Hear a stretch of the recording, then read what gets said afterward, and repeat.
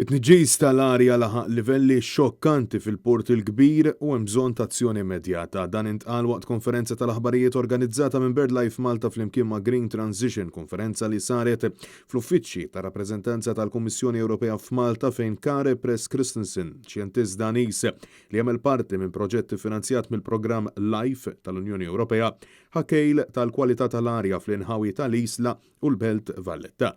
Dan il-kejl wera konċentrazzjoni ta' tniġġis li laħħaq mal-200 darba ola mill-livelli tal-arja li wieħed normalment jistenna f'postijiet li mhux esposti għal sorsi ta' tniġġis fl-arja. Dawn il-partiċelli fini fl-arja jolgħu għal dawn il-livelli allarmanti meta fil-Port il-Kbir ikun hemm vapuri kemm żgħar kif ukoll cruise liners. Press Christensen saħaq li dawn il-partiċelli jagħmlu ħsara kbira lil saħħet il-bniedem u li qed iwasslu għal mart serju qalb il-Maltin, fosthom mart tal-kanċer respiratorju u tal-qalb. I think that it doesn't really help to worry, it helps to take action. Because we cannot change the past, and you have been inhaling this pollution for many years. So we need to look ahead and say we need shore power as fast as possible. We need to get the cruise liners to connect to shore power. We need electric ferries, and we need emission control area. So looking ahead and getting cleaner air for our children, that's the best we can do. We cannot change the past.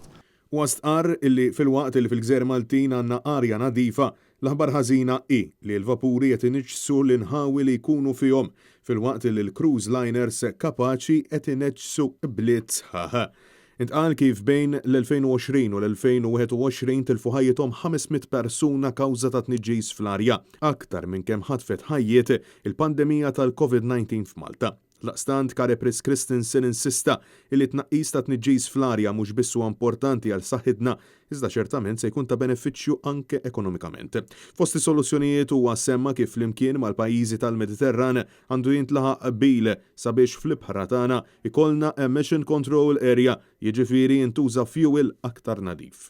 An emission control area that limits air pollution from shipping is very important, especially for Malta. You are surrounded by the sea and thereby surrounded by shipping, one of the most trafficked areas for shipping in the world, the Mediterranean.